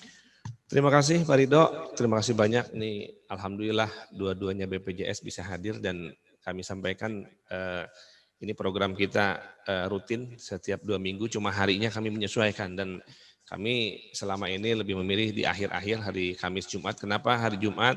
Karena kami numpang di Diskominfo tempatnya, kami tidak punya tempat yang representatif di dinas kami, ya kami cari yang kosong. Biasanya kalau hari Jumat sering kosong gitu, jadi kami milih yang jarang ada kegiatan di dinas lain. Terima kasih Pak Rido yang menyampaikan informasi terkait adanya bayi-bayi yang belum update, sebanyak kurang lebih 14.500 bayi yang masih tercantum hanya nama ibunya, bayi, nama anak tapi tulis bayi nyonya A misalnya seperti itu. Ya ini tadinya kami sih pengennya juga ini menjadi salah satu data balikan bagi kami ya dari rumah sakit, dari klinik-klinik dan kami sudah dorong juga Kabid pemanfaatan data untuk segera melakukan PKS pemanfaatan data kependudukan dengan rumah sakit seluruh Kabupaten Bekasi sehingga nanti di dalam PKS-nya itu kami meminta data balikan. Ya termasuk salah satunya adalah data kelahiran. Kenapa? Karena tadi ini memang menjadi persoalan karena tidak ada juga keharusan yang memaksa. Jadi pada saat anak itu lahir, kemudian biasanya kan kurang lebih 3-4 hari di rumah sakit. Kalau normal kan seperti itu, dia mau pulang ke rumah sakit, rupanya orang tuanya belum mempersiapkan nama anaknya.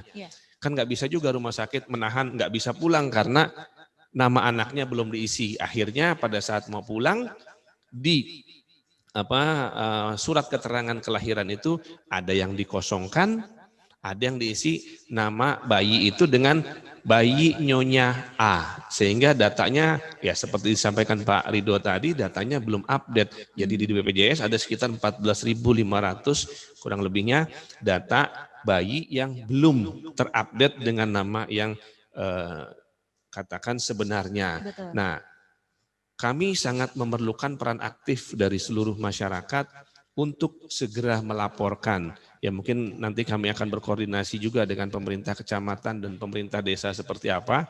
Intinya sepanjang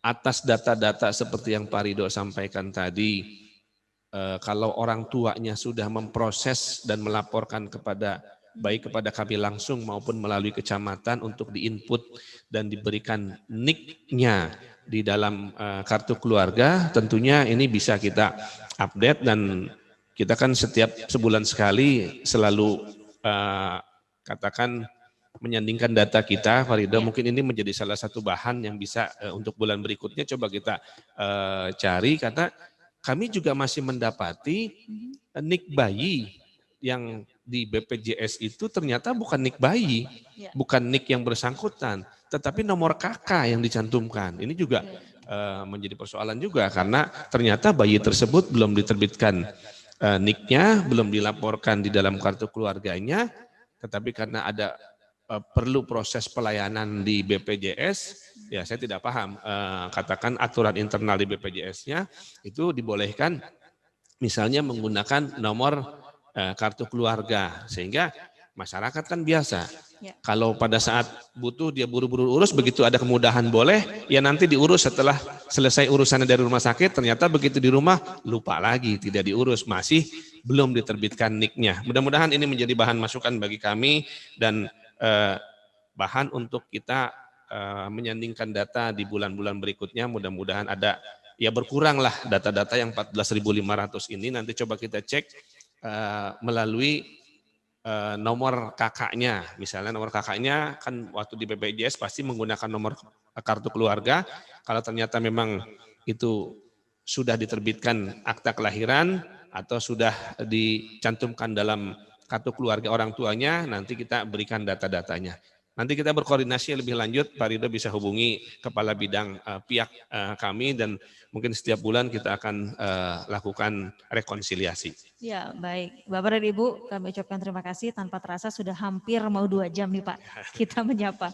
Perjanjiannya tadi 1 jam di medsos ya, hanya jam 9 sampai jam 10 karena banyak tampungan pertanyaan yang disampaikan oleh beberapa masyarakat Kota Bekasi. Alhamdulillah kita bisa jawab, namun mungkin tidak bisa semua ya Pak. Ya, karena waktu yang ya sebetulnya sih kami siap-siap saja, secara pribadi saya siap saja, cuma kan juga ya waktunya tentunya terbatas, apalagi kita di Pemkab Bekasi ini ada juga kegiatan lain nanti siang, dan jangan khawatir Bapak Ibu yang tidak terjawab, kami mohon maaf, bukan berarti tidak katakan memprioritaskan atau tidak memperhatikan. Kemudian juga Pak Erik dari kecamatan tadi, Pak Erik bisa nanti komunikasi langsung dengan saya atau dengan Kabid pendaftaran penduduk PLT ya, PLT Kabid pendaftaran penduduk untuk katakan menyelesaikan yang dipertanyakan. Dan Bapak Ibu sekalian yang belum terjawab dalam kesempatan kali ini kan yang melalui WA,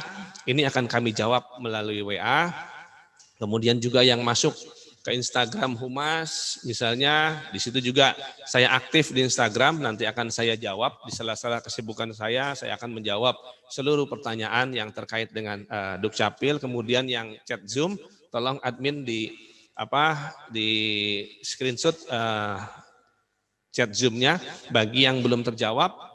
Syukur-syukur yang di chat Zoom ini kami selalu mengharapkan yang di chat Zoom, karena ada kemungkinan tidak terjawab pada saat acara ini berlangsung, kami minta nomor handphone yang ada WA-nya juga, sehingga di chat Zoom yang tidak terjawab dalam kesempatan sekarang, kami akan jawab melalui WA. Ya. Jadi kalau ada yang tidak mencantumkan nomor WA atau alamat email, ya kalau ada email kami jawab lewat email. Yang penting semua yang bertanya, kalau ada katakan alamatnya tentu akan kami jawab. Tetapi kalau yang chat Zoom tidak ada nomor handphone, tidak mencantumkan alamat email, mohon maaf kami tidak tahu harus menjawabnya kemana. Jadi mohon maaf kalau yang tidak terjawab, bukan kami tidak sengaja tidak menjawab, tapi tidak tahu meneruskannya kemana. Jadi minta nomor handphone kalau ada yang menjawab. Itu terima kasih. Ya.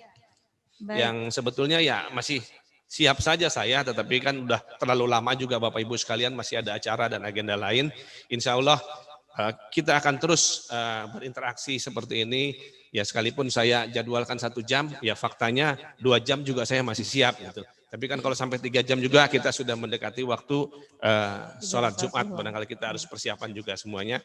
Terima kasih Mbak Ita atas dukungannya dari Humas, nih dari Diskom Info Santik juga kami selalu didukung oleh teman-teman di Pemda ini. Dari bagian umum juga terima kasih dukungannya, ya mudah-mudahan terus kita bisa lakukan upaya-upaya untuk membahagiakan masyarakat di bidang Adminduk. Dan mohon maaf apabila ada kekurangan dalam pelaksanaan kegiatan ini, juga ada yang jawaban kami masih belum tepat, ya silahkan bisa dikomunikasikan langsung ke kantor kami atau ke saya secara pribadi. Baik, terima kasih Pak Kadis. Kami ucapkan terima kasih kepada seluruh warga Kabupaten Bekasi, Ibu dan Bapak yang bergabung melalui Zoom, melalui live Instagram, dan juga yang menyimak kami melalui Wibawa Mukti TV. Siaran ini dapat kembali Bapak Ibu saksikan melalui Instagram Pemkab Bekasi dan juga YouTube channel di Wibawa Mukti TV.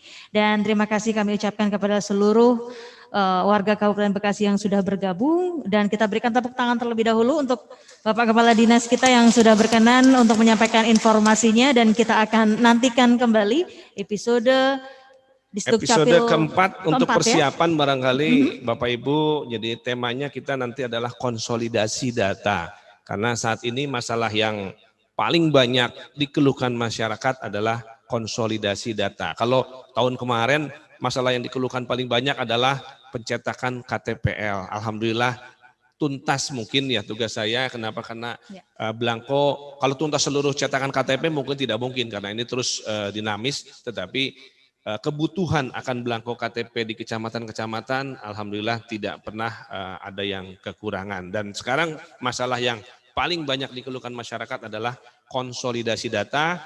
Insya Allah 2 minggu yang akan datang kita akan bincang-bincang, diskusi, dan mencari solusi terkait data-data yang belum update. Itu barangkali Mbak Ita. Baik, terima kasih Pak Kadis. Terima kasih Pak Rido dari BPJS Kesehatan, Pak Ahmad Fatoni dari BPJS Ketenagakerjaan, lalu juga Ibu Indri yang bergabung dari Disduk Capil Provinsi Jawa Barat. Saya Ita Puspita, mohon maaf atas segala kesalahan dan kehilafan. Billahi taufiq wal hidayah. Wassalamualaikum warahmatullahi wabarakatuh. Waalaikumsalam warahmatullahi wabarakatuh.